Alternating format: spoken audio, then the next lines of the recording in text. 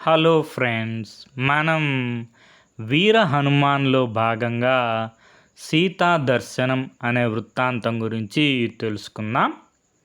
హనుమంతుడు లంకా నగరంలోకి పోతుంటే అతనికి రకరకాల రాక్షసులు కనిపించారు. యజ్ఞదీక్షలో ఉన్నవాళ్ళు, జడలు ధరించిన వాళ్ళు, తలలు గొరిగించుకున్న వాళ్ళు, ఎద్దుతోలు కట్టుకున్నవారు, అభిచార హోమాలు చేసి శత్రువుల మీద చేతబడి చేసేవాళ్ళు, రకరకాల ఆయుధాలు పట్టుకొని తిరిగేవారు, వికారాకారులు, పొట్టివాళ్ళు, నల్లగా ఉండేవారు, చాటల్లాంటి చెవులు గలవాళ్ళు, అందంగా ఉన్నవాళ్ళు, ధ్వజాలు పట్టుకు తిరిగేవాళ్ళు లంకలో ఉండడం హనుమంతుడు చూశాడు. రాత్రి గడుస్తున్నది. ఆకాశంలో చంద్రుడు ప్రకాశిస్తున్నాడు. హనుమంతుడు రావణుడు ఉండే ప్రాసాదంలోకి ప్రవేశించాడు. స్త్రీలు పాడుతున్నారు. కొందరు తమ శరీరాలకు చందన లేపాలు పూసుకుంటున్నారు. కొందరు స్త్రీలు పురుషులతో విహరిస్తున్నారు. కొందరు అప్పుడే నిద్రపోతున్నారు. తనకు కనిపించే స్త్రీలలో మనుష్య స్త్రీ అయిన సీత ఎక్కడన్నా కనపడుతుందేమోనని చాలా జాగ్రత్తగా చూశాడు. కానీ అతనికి సీత లాంటి స్త్రీ ఎక్కడా కనిపించలేదు. హనుమంతుడికి దిగులు పట్టుకున్నది. అతను కామరూపి కనుక అనుకూలమైన రూపం ధరించి లంక అంతా చెడతిరిగి మళ్ళీ రావణుడి గృహానికి వచ్చాడు. రావణుడి ఇల్లు హనుమంతుడికి అద్భుతంగా కనపడింది. దాన్ని వెండితో నిర్మించి బంగారు అలంకరణలు చేశారు. దానికి రంగురంగులు తోరణాలు ఉన్నాయి. వాకిళ్ళు చక్కని అలంకరణలు కలిగి ఉన్నాయి. మేలుజాతి ఏనుగులు, గుర్రాలు ఉన్నాయి. మహాసూరులైన రాక్షసులు ఆ ఇంటికి కాపలా కాస్తున్నారు. స్త్రీలు, పురుషులు అటు ఇటు తిరుగుతున్నారు. వాతావరణం చాలా సందడిగా ఉన్నది. అంతటా సుఖ సౌఖ్యాలు తాండవిస్తున్నాయి. ఆ ఇల్లు ఇంద్రభవనం లాగా ఉండి లంకా నగరానికి ఒక గొప్ప అలంకారంగా ఉంది. హనుమంతుడు రావణుడి భవనం అంతటా తిరగసాగాడు. ఆ భవనంలో మంచాలు, బల్లలు, ఆసనాలు, పాత్రలు అన్నీ బంగారంతో చేసినట్టు కనిపించాయి. మనులు పొదిగిన కిటికీలలో పక్షుల పంజరాలున్నాయి. హనుమంతుడికి పుష్పక విమానం కూడా కనపడింది. అది మొదట కుబేరుడిది.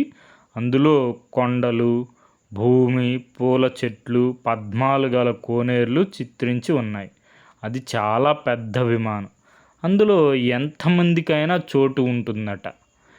ఏ ఇంటికన్నా కూడా పెద్దదిగా ఉన్న ఆ పుష్పక విమానం చూసి ఆశ్చర్యపడి హనుమంతుడు రావణుడి భవనం కలయి తిరగసాగాడు. ఎంత తిరిగినా ఆ భవనాన్ని పూర్తిగా చూసినట్టు హనుమంతుడికి తోచలేదు. అతడికి సీత మాత్రం ఎక్కడా కనపడలేదు. రావణుడి భవనంలో గల అన్ని మందిరాలు తిరిగి హనుమంతుడు రావణుడి భార్యలు ఉండే అంతఃపురంలో ప్రవేశించాడు. రావణుడి స్త్రీలలో రాక్షస స్త్రీలు, రావణుడు తన పరాక్రమంతో తెచ్చిన రాజకన్యలు, అతన్ని వలచి వచ్చిన వారు ఉన్నారు. అంతటా దీపాలు దేదీప్యమానంగా వెలుగుతున్నాయి.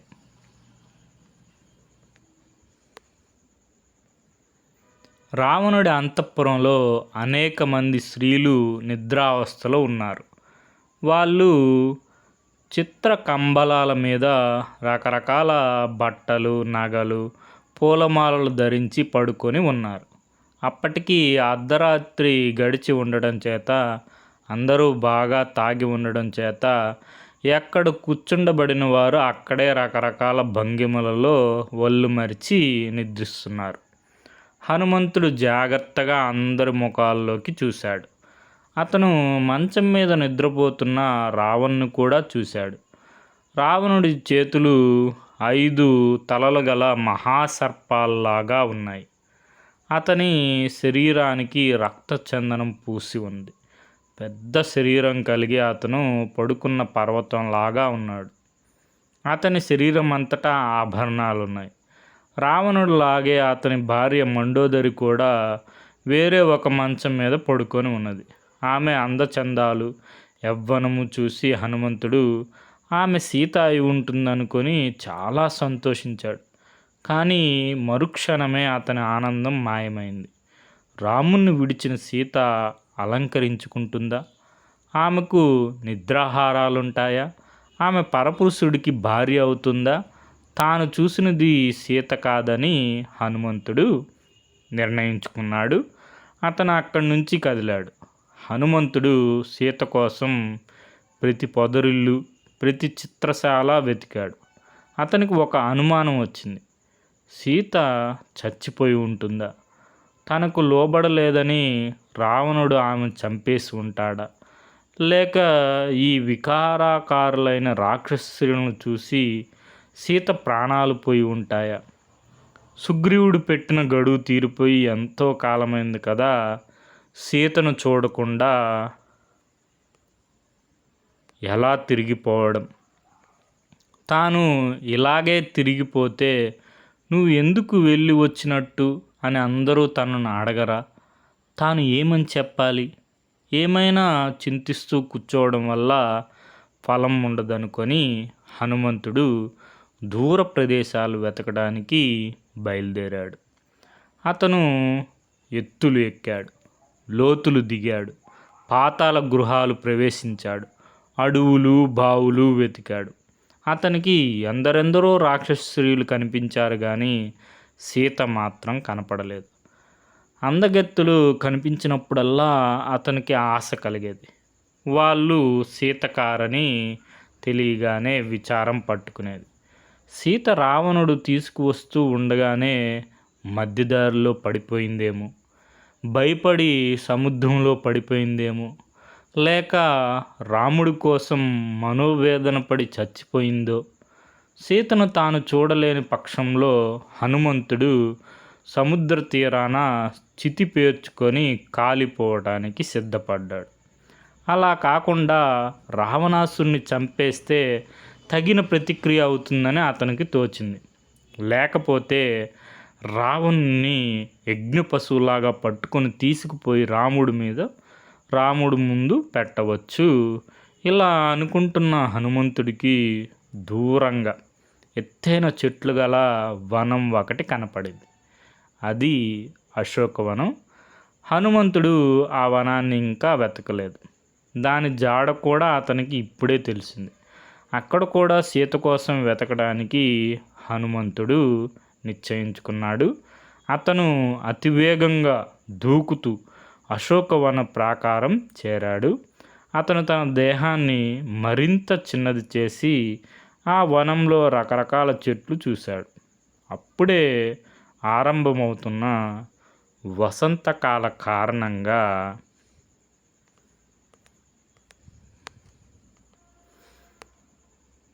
సాల వృక్షాలు, అశోక వృక్షాలు, చెంపక వృక్షాలు, ఉద్దాలక వృక్షాలు, నాగవృక్షాలు, మామిడి చెట్లు, కపిముఖాలు అనే చెట్లు చక్కగా పూతపట్టి ఉన్నాయి.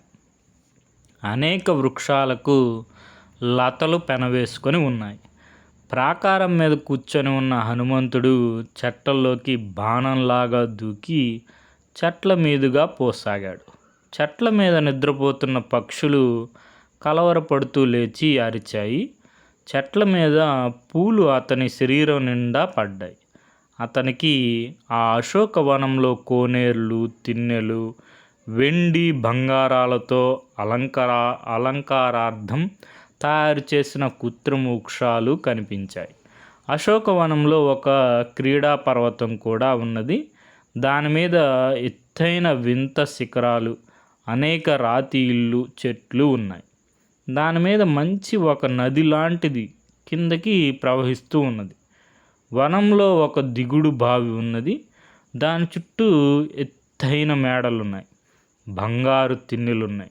హనుమంతుడు దట్టమైన ఆకులు గల చెట్టు మీద కూర్చొని చుట్టూ కలిగి చూశాడు. కొంత దూరంలో అతనికి తెల్లగా ఒక చైత్య ప్రాసాదం కనిపించింది. ఆ అద్భుత ప్రాసాదానికి 1000 స్తంభాలున్నాయి. ఆ ప్రాంతంలోనే హనుమంతుడికి సీత కనపడింది. ఆమె చిక్కి శల్యమై ఉన్నది.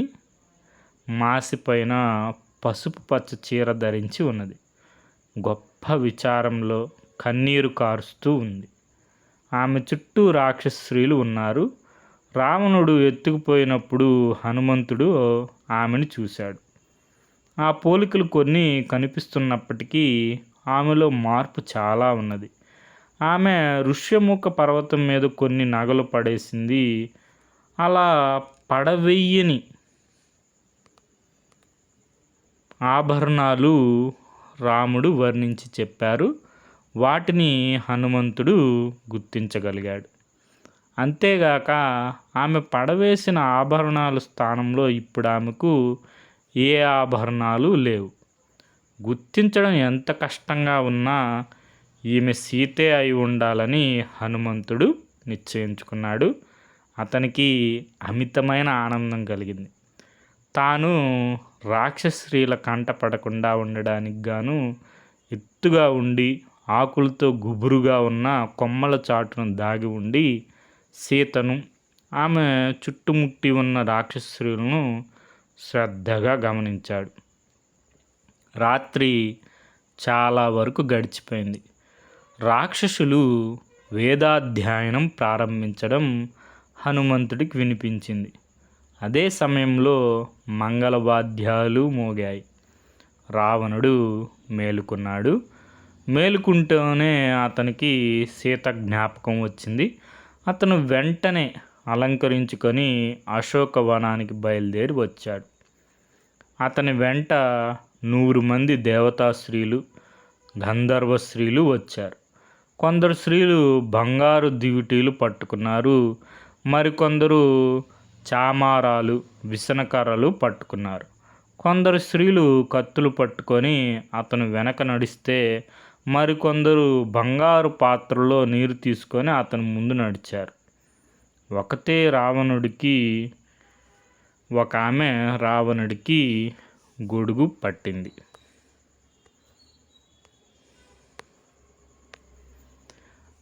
ఆడవాళ్ళు నడిచేటప్పుడు కలిగే నూపూరు ధ్వని హనుమంతుణ్ణి అటుకేసి ఆకర్షించింది.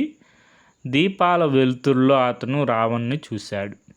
రావణుడు ఏం చేస్తాడో చూడాలన్న కోరికతో అతను తాను కూర్చొని ఉన్న చెట్టు కొమ్మ మీద నుంచి కింది కొమ్మకు దిగి తాను ఇతరులకు కనపడకుండా ఆకు గుబుర్ల చాటున మళ్ళీ దాగి శ్రద్ధగా చూడసాగాడు. రావణుడు తిన్నగా వచ్చి సీత సమీపంలో ఆగాడు. సీత రావణుని దూరాన్నే చూసి వణికిపోయింది. ఆమె కాళ్ళు ముడుచుకొని రొమ్ముకు చేతులు అడ్డం పెట్టుకొని ఏడుస్తూ కూర్చున్నది. ఆమె తనకెవరైనా అడ్డపడతారా అన్నట్టు 4 దిక్కులా చూసింది. మూర్తి భవించిన శోకదేవతలాగున్న సీతతో రావణుడు ఇలా అన్నాడు. సీత, నన్ను చూసి భయపడి ఎందుకు అలా ముడుచుకుపోతావు?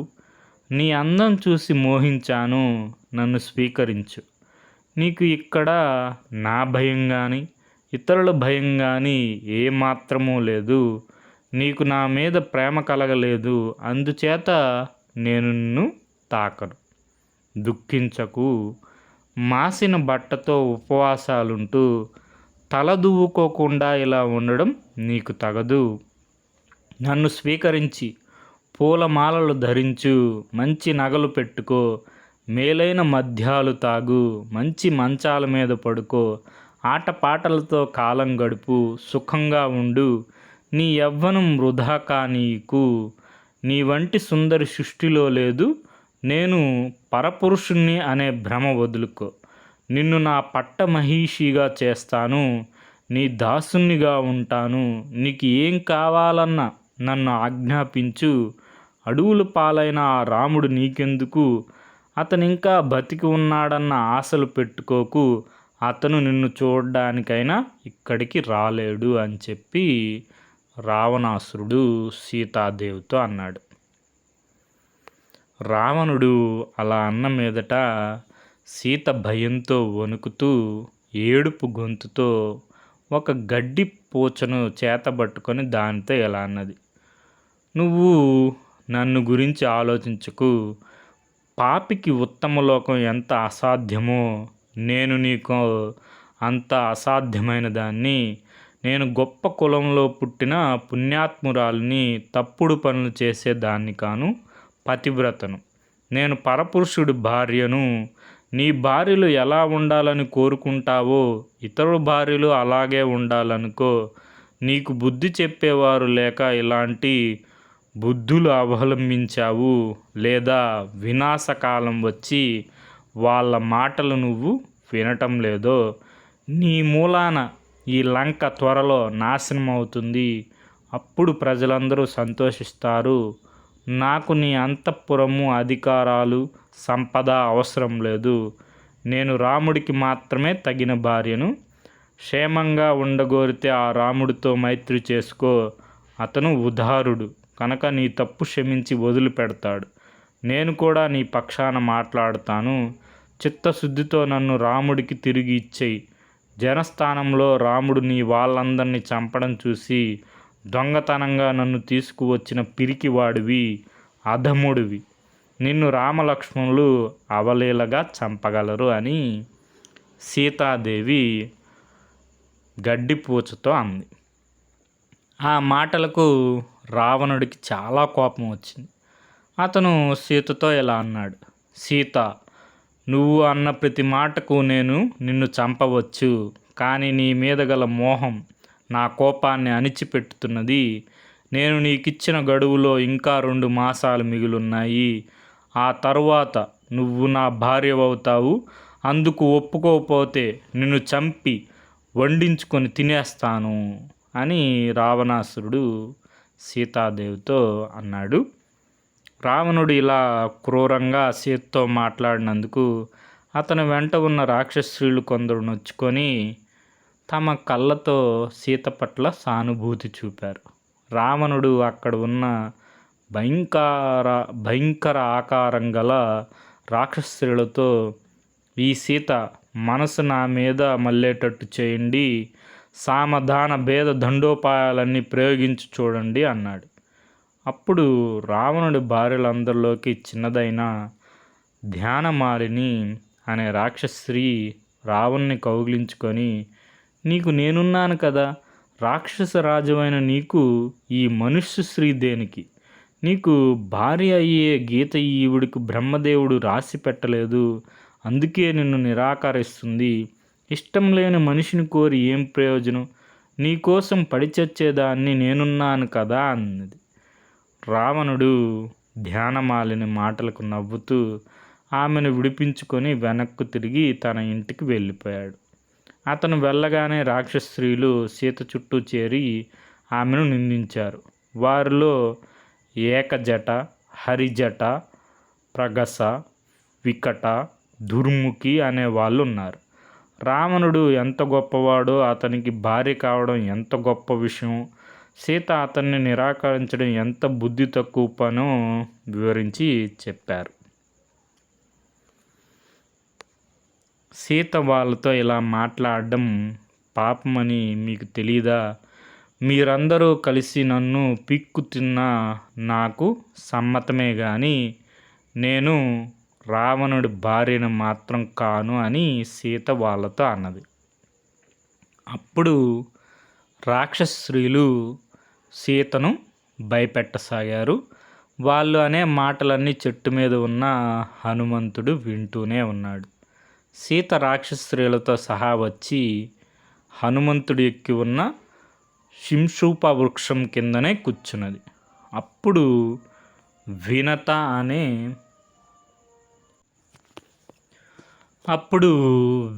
అనే రాక్షసి సీతతో, నువ్వు చాలా గుణవంతురాలివి, పతివ్రతవు, అది ఎంతో మెచ్చుకోదగిన సంగతి. కానీ దేనికైనా ఒక మితి ఉండాలి. రావణుడు అందగాడు, పరాక్రమవంతుడు, రాక్షసులకు రాజు. అతనికి భార్యవై చక్కగా అలంకరించుకో, సుఖపడు. రాముడు దుఃఖజీవి, రావణుడితో శత్రుత్వం పెట్టుకొని బతకలేడు. అతని మీద ఆశ వదులుకో అన్నది. మేమంతా నీ మేలు కోరే చెప్తున్నా. మా మాటలు ఎందుకు వినవు? నీ యవ్వనం శాశ్వతం అనుకుంటున్నావా? నిన్ను చంపేసి తినేస్తాం అన్నారు రాక్షస స్త్రీలు. ముందు సీతను చంపి తరువాత రావణుడితో సీత చచ్చిందని చెప్దాం. రావణుడు అలా అయితే తినేయండి అంటాడు. ఈవిడ మాంసాన్ని అందరికీ సమానంగా పంచండి, లేకపోతే తరువాత కీచులాడుకోవాల్సి వస్తుందని రాక్షస స్త్రీలు తమలో తాము మాట్లాడుకున్నారు. వాళ్ళ మాటలు వింటూ సీత అమితంగా దుఃఖించింది. రామ లక్ష్మణులు, కౌసల్య, సుమిత్రులను తలుచుకొని ఏడ్చింది. తనకు చావు రానందుకు విచారించింది. అంతవరకు పడుకొని ఉండిన త్రిజట అనే ముసల రాక్షసి మిగిలిన రాక్షస స్త్రీలతో, మీరంతా ఆ సీతను ఏం తింటారు? నన్ను తినండి. నాకు ఒక భయంకరమైన కల వచ్చింది. రాక్షసులకు నాశము, రాముడికి జయము కలుగుతాయట అన్నది. ఏమిటా కళ అని రాక్షస స్త్రీలు త్రిజటను అడిగారు. తూర్పు తెల్లవారుతుండగా త్రిజట తన కళను వాళ్లకు ఈ విధంగా చెప్పింది. రాముడు తెల్లని పూలదండలు, తెల్లని బట్టలు కట్టుకొని లక్ష్మణుడితో సహా ఆకాశ మార్గాన ఒక పల్లకి ఎక్కి లంకకు వచ్చాడు. దాన్ని 1000 హంసలు తెచ్చాయి. ఈ సీత తెల్లని బట్టలు ధరించి సముద్ర మధ్యంలో శ్వేతపర్వతం మీద నిలబడి ఉన్నది. ఆమె రాముణ్ణి చేరుకున్నది. తరువాత రాముడు లక్ష్మణుడితో సహా కొండంత ఏనుగు మీద ఎక్కి లంకలో తిరగడం చూశాను. తరువాత సీతారామ లక్ష్మణులు ఏనుగు మీద లంకకు పైగా కనిపించారు. చివరకు రాముడు సీతను, లక్ష్మణుని తీసుకొని పుష్పక విమానం మీద ఉత్తరంగా వెళ్ళడం కనిపించింది. రావణుడు గన్నేరు పూలమాలలు ధరించి ఒళ్ళంతా నూనె పూసుకొని నూనె తాగుతూ కైపెక్కి నేల మీద పడినట్టు చూశాను. ఇంకోసారి రావణుడు పుష్పకం మీద కింద పడ్డట్టు, నెత్తి మీద వెంట్రుకలు లేనట్టు, నల్ల బట్టలు కట్టుకున్నట్టు, ఎవరో ఆడది అతన్ని ఈడ్చుకుపోతున్నట్టు చూశాను. రావణుడు గాడిదనెక్కి దక్షిణంగా పోవడం కూడా చూశాను. ఇంకోసారి అతను భయపడి గాడిద మీద నుంచి తలకిందులుగా పడడం కనిపించింది. ఒక స్త్రీ ఎర్రని బట్టలు కట్టుకొని ఒళ్ళంతా బురద పూసుకొని రావణుడి మెడకు తాడు కట్టి దక్షిణంగా ఈడ్చుకుపోయింది. కుంభకర్ణుడు కూడా ఇలాగే కనిపించాడు. రావణుడి కొడుకులందరూ నూనెతో అభిషేకాలు చేసుకున్నట్టు కనపడ్డారు అని చెప్పి త్రిజట తన యొక్క కళను చెప్తూ ఉందన్నమాట రాక్షస స్త్రీలకి. రావణుడు పందిని, ఇంద్రజిత్తు ముసలిని, కుంభకర్ణుడు ఒంటిను ఎక్కి దక్షిణంగా పోవడం కనిపించింది. ఒక్క విభీషణుడు మాత్రం తెల్ల పూలమాలలు, తెల్ల బట్టలు, ఒంటికి తెల్ల గంధం ధరించి తన 9 మంత్రులతో సహా 4 దంతాలు గల పెద్ద ఏనుగు మీద కూర్చొని కనిపించాడు. లంకానగరం విరిగి సముద్రంలో పడడం కనిపించింది.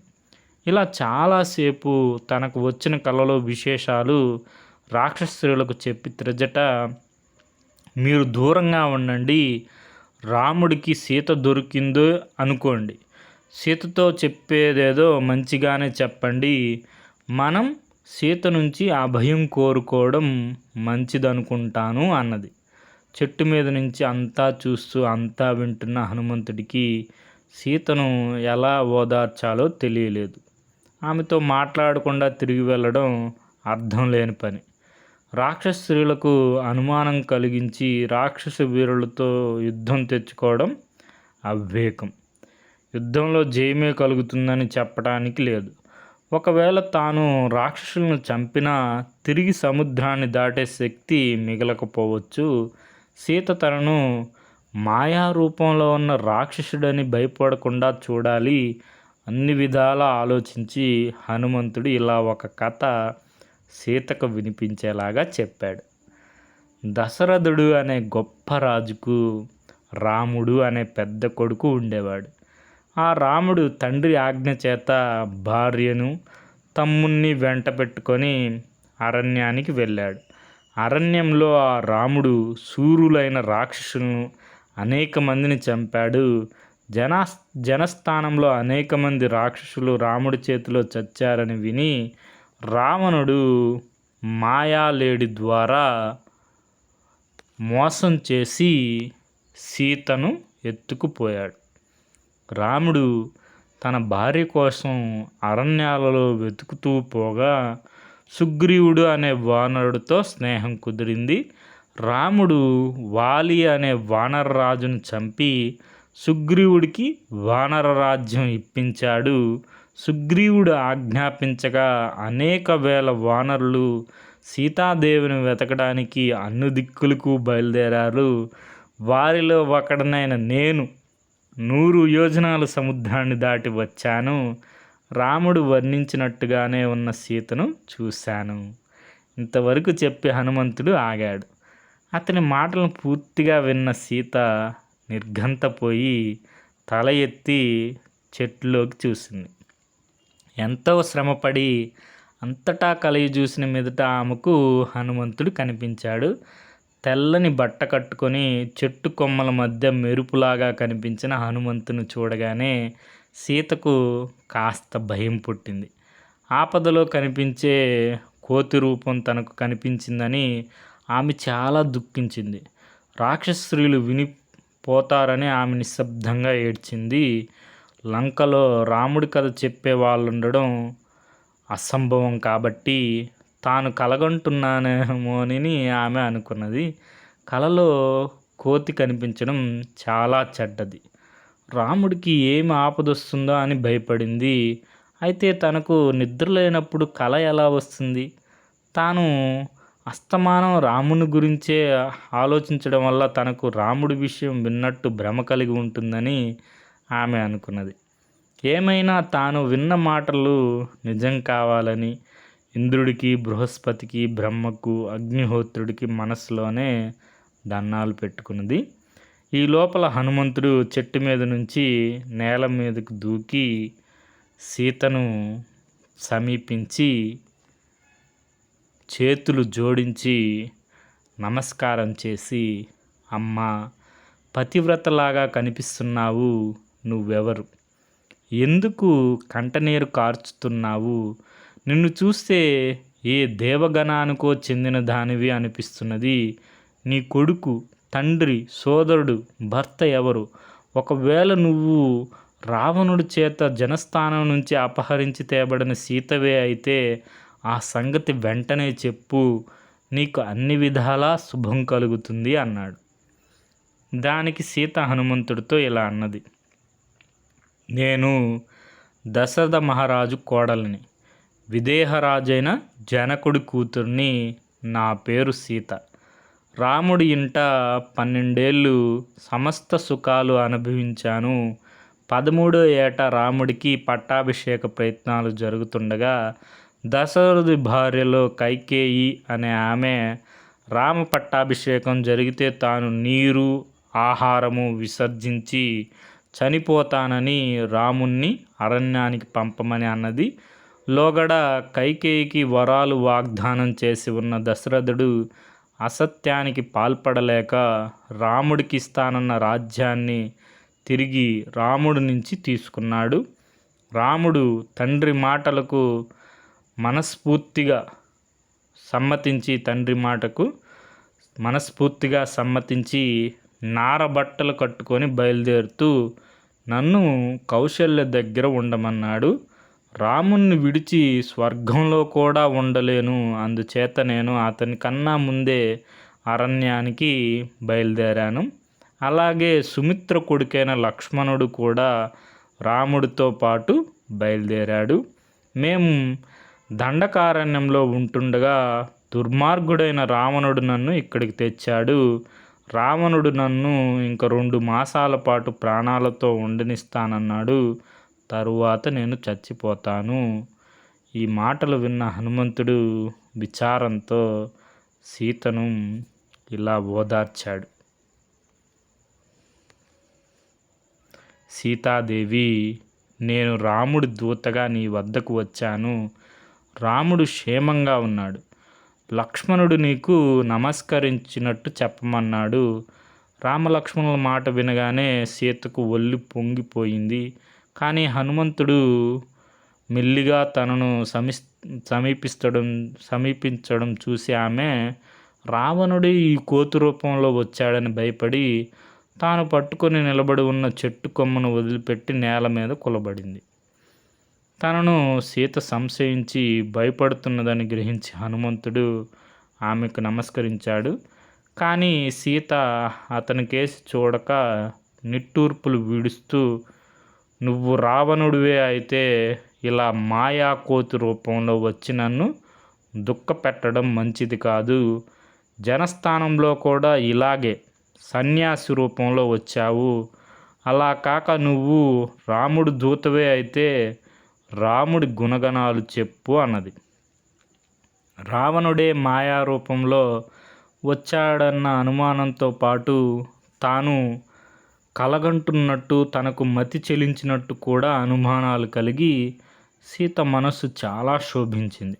అది గ్రహించి హనుమంతుడు రాముడి ముద్రికను సీతకి ఇచ్చి రాముడి గుణగణాలను పొగుడుతూ మాట్లాడి తాను లంకకు ఎలా వచ్చింది తెలిపి సీత మనస్సుకు ఊరట కలిగించాడు. అతను ఆమె కోరికపై రామలక్ష్మణుల ఆనవాళ్ళు వివరంగా చెప్పాడు. తరువాత అతను రాముడికి సుగ్రీవుడికి మైత్రి కుదిర్చిన దగ్గర నుంచి నడిచిన కథంతా చెప్పి తాను సీత కోసం లంక అంతా గాలించడం గురించి కూడా చెప్పాడు. అంతా విని సీత ఆనంద బాష్పాలు రాల్చింది. ఆమెకి ఇప్పుడు హనుమంతుడి పైన విశ్వాసం కుదిరింది. అంతా చెప్పి హనుమంతుడు సీతతో, నేనిప్పుడిక ఏం చేయాలి? నీకేం తోస్తున్నది? నేను రాముడి వద్దకు త్వరగా తిరిగి వెళ్ళాలి. ఆయన నా కోసం ఎదురు చూస్తుంటారు అన్నాడు. సీత హనుమంతుడితో, సముద్రాన్ని దాటి రాక్షసులను తప్పించుకుంటూ లంకలో తిరుగుతున్న నీ ప్రజ్ఞ చాలా గొప్పది. నాకు రావణుడు పెట్టిన ఏడాది గడువు తీరేలోపుగా రాముణ్ణి రమ్మని చెప్పు. రావణుడి తమ్ముడు విభీషణుడు నన్ను రాముడికి ఇచ్చేయమని సలహా ఇచ్చినా రావణుడు వినలేదు. విభీషణుడి కూతురు నల అనే ఆమె తన తల్లి పంపగా నా దగ్గరకు వచ్చి నాకు ఈ సంగతి చెప్పింది అని అన్నది. హనుమంతుడు ఆమెతో, నేను వెళ్ళి నీ మాట చెప్పగానే రాముడు వానరులను భల్లూకాలను వెంట పెట్టుకొని ఇక్కడికి వచ్చేస్తాడు. అలా కాకపోతే నా వీపు మీద ఎక్కావంటే సముద్రాన్ని దాటి నిన్ను రాముడి వద్దకు తీసుకుపోగలను. నాకు సాధ్యం కాదని భయపడవద్దు. కావాలంటే నేను రావణుడితో సహా ఈ లంకనే తీసుకుపోగలను. ఇలా చేస్తే అతి శీఘ్రంగా నీకు రాముడు కనిపిస్తాడు అని చెప్పి ఆంజనేయ స్వామి వారు చెప్తున్నారు సీతాదేవితో.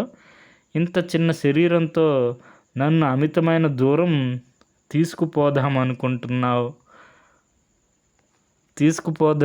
పోదాం అనుకుంటున్నావే హనుమంతుడా, అందుకే నువ్వు కోతివైనావు అన్నది సీత. సీతకు తన శక్తి సామర్థ్యాలు తెలియక అలా అన్నదని హనుమంతుడు గ్రహించి తన అసలు రూపం ఆమెకి చూపించాలనుకున్నాడు. అతను కొంచెం దూరం వెళ్ళి తన దేహాన్ని పెంచడం ఆరంభించాడు. పర్వతం లాంటి అతని ఆకారం, ఎర్రని ముఖం, కూరలు, గోళ్ళు చూసి సీత ఇతను నిశ్చయంగా లంకా నగరాన్ని పెళ్ళగించుకుపోగలడు, సందేహం లేదు అనుకున్నది. సీతాదేవి అనుమానాలు ఆలస్యం చేయకు, రామలక్ష్మణులు దుఃఖం పోగొట్టు అన్నాడు హనుమంతుడు. హనుమంతుడా, నీ శక్తి సామర్థ్యాలు నాకు బాగా తెలుసు. నన్ను తీసుకుపోతే ఈ రాక్షసులు నిన్ను అడ్డుకోలేరు. అయితే రాముడి పని పాడు కారాదు. నేను నీ వంట రావడం పొరపాటు అవుతుంది. నువ్వు వాయువేగంతో పోయేటప్పుడు నేను భయపడి సముద్రం చూసి కళ్ళు తిరిగి అందులో పడిపోగలను. నువ్వు ఎంత మహావీరుడివైనా నన్ను రక్షించే బాధ్యత నీపై ఉండడం చేత అపాయాన్ని గురి అవుతావు. నీ వెంట రాక్షసులు పడి నీతో యుద్ధం ఆరంభిస్తే నేను పడిపోయి రాక్షసులు చిక్కవచ్చు. ఇప్పటిదాకా పడిన నీ శ్రమ అంతా వ్యర్థమవుతుంది. అంతకన్నా నువ్వు వెళ్ళి రాముడితో నా సంగతి చెప్పి అతన్ని పిలుచుకురావడం అన్ని విధాలా మేలు. అది అలా ఉంచి నేను పరపురుషుణ్ణి తాకను. రావణుడు నన్ను బలాత్కారంగా తెచ్చినప్పుడు నేను నిస్సహాయులనై ఉండి ఏమీ చేయలేకపోయాను అని సీత హనుమంతుడితో అన్నది. ఆమె చెప్పిన మాటలు యుక్తంగానే ఉన్నాయని హనుమంతుడు ఒప్పుకున్నాడు. అతను సీతను ఏదన్నా గుర్తుగా ఇయ్యమని దానికి రాముడు చూపుతానే అన్నాడు. దానికి సీత ఇలా అన్నది, నేను ఒక సంఘటన చెప్తాను, దానిని రాముడికి చెప్పు. నేను రాముడు గంగా తీరాన చిత్రకూట పర్వతానికి ఈశాన్య దిక్కున ఒక ఆశ్రమంలో ఉండగా ఒకనాడు రాముడు నా తొడ మీద తలపెట్టుకొని నిద్రపోతున్నాడు. అప్పుడు ఒక కాకి వచ్చి నా రొమ్ములో పొడిచి గాయం చేసింది. నా రక్తంతో రాముడు కూడా తడిశాడు. నేను లేపేసరికి రాముడు నా రక్తం చూసి మండిపడి ఒక దర్భ తీసి బ్రహ్మాస్త్రం మంత్రించి కాకి మీద ప్రయోగించాడు. ఆ బ్రహ్మాస్త్రం కాకిని తరుముతూ పోయి సమస్త లోకాలు తిప్పింది. ఇంద్రుడి కొడుకైన ఆ కాకి ఎక్కడా రక్షణ దొరకక తిరిగి వచ్చి రాముడి కాళ్ళపై పడింది. బ్రహ్మాస్త్రాన్ని వ్యర్థం చేయడానికి లేదు. అందుచేత కాకి తన కుడి కన్ను ఆ అస్త్రానికి బలి చేసి అక్కడి నుంచి వెళ్ళిపోయింది. అలాంటి శక్తిగల రాముడు శత్రువులను నాశనం చేసి నా కష్టాలు ఎందుకు తీర్చాడు? నేనేం పాపం చేశాను అని సీతాదేవి హనుమంతుల వారితో చెప్పింది. అప్పుడు హనుమంతుల వారు చెప్తున్నారు సీతాదేవితో, అమ్మ, రాముడు పుట్టుడు దుఃఖంలో ఉన్నాడు. నేను ఎంతో ప్రయాసపడి వచ్చి నిన్ను చూశాను. ఇప్పుడు నువ్వు ఆనందించాలి కానీ దుఃఖించరాదు. రాముడు త్వరలోనే వచ్చి రావణుని చంపి నీతో సహా అయోధ్యకు పోతాడు అన్నాడు హనుమంతుడు.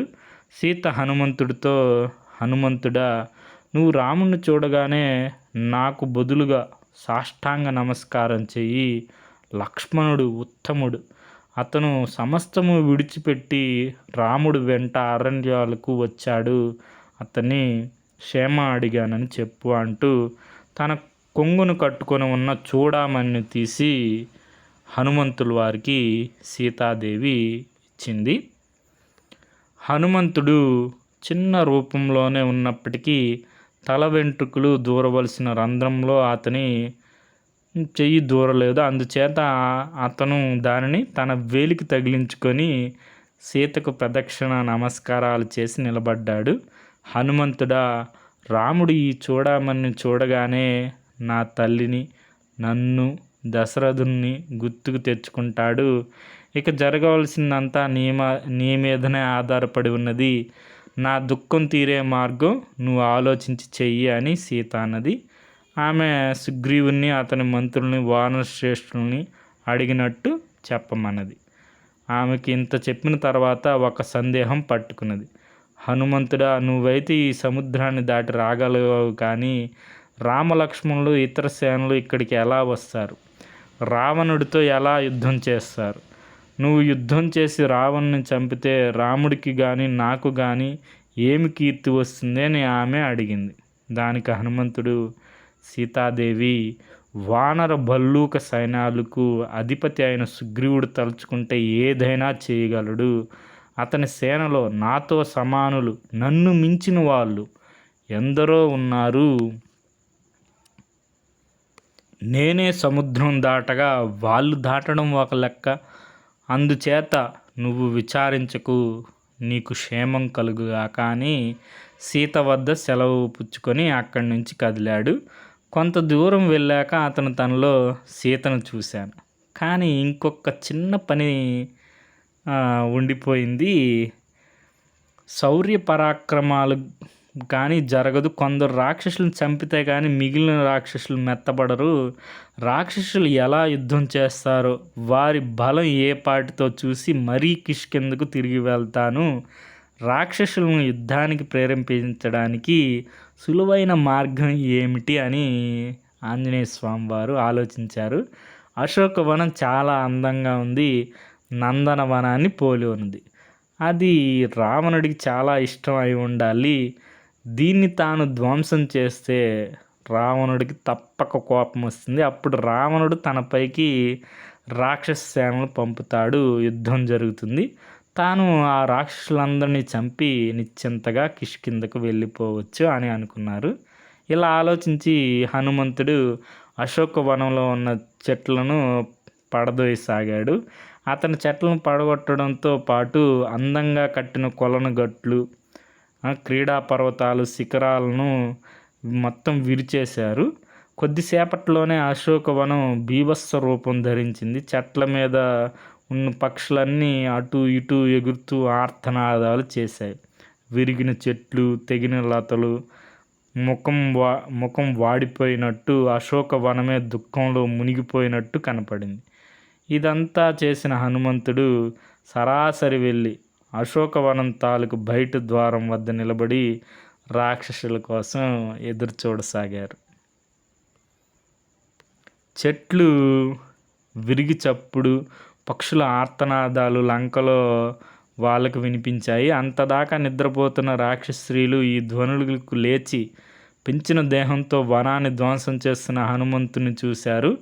వాళ్ళు తనను చూడడం గమనించి హనుమంతుడు తన దేహాన్ని మరింతగా పెంచాడు. అప్పుడు ఆ రాక్షస స్త్రీలు సీతను, ఇతను ఎవరు పంపారు, ఎందుకు వచ్చాడు, నీతో ఏం మాట్లాడాడు, నువ్వు భయపడకు, మాతో నిజం చెప్పు అన్నారు. రాక్షసులు రకరకాల రూపాలు ధరిస్తారు, నాకు వాళ్ళ సంగతి ఎలా తెలుస్తుంది, పాము కాళ్ళు పాముకే తెలియాలి, మీరు రాక్షసులే గనక రాక్షస మాయలు మీకే తెలుస్తాయి, ఈ వానరుడు ఎవరో ఏం చేస్తాడో మీరే తెలుసుకోండి, ఇతను చూస్తే నాకు భయంగానే ఉన్నది, చెప్పండి ఇతను ఎవరు అని అన్నది సీతాదేవి. సీత అలా అనేసరికి రాక్షస స్త్రీలు భయపడ్డారు. కొందరు సీతకు రక్షణగా ఉండిపోగా, కొందరు భయంతో ఆర్తనాదాలు చేస్తూ పారిపోగా, మరికొందరు ఈ సంగతి రావణుడు చెప్పడానికి వెళ్ళారు. అలా వెళ్ళిన వాళ్ళు రావణుడితో, ఎవరో భయంకరాకారుడు, అమిత బలవంతుడు అయిన వాడు వచ్చి సీతతో మాట్లాడి అశోకవనంలో ఉన్నాడు. ఎంత అడిగినా సీత అతని సంగతి చెప్పకుండా ఉన్నది. ఆ వానరుడు దేవేంద్రుడు దూతో, కుబేరుడు దూతో అయినది, రాముడు దూత అయినది తెలియటం లేదు. వాడు మాత్రం అశోకవనమంతా ధ్వంసం చేసేస్తున్నాడు. ఒక్క సీత కూర్చొని ఉన్న చెట్టు తప్పిస్తే మిగిలిన వనమంతా కూలిపోయింది. ఆ వానరును నువ్వు వెంటనే కఠినంగా శిక్షించాలి. సీతతో మాట్లాడినందుకైనా నువ్వు వాణ్ణి చంపవచ్చు అని చెప్పి రావణాసురుడితో రాక్షస స్త్రీలు వెళ్ళి చెప్పారు. ఇది మనకి హనుమంతులు వారు సీతాదేవిని దర్శించడం. దీనికి మూలం చందమామ 1975 సంవత్సరం సెప్టెంబర్, నవంబర్ సంచికలు. Okay friends, thank you for watching.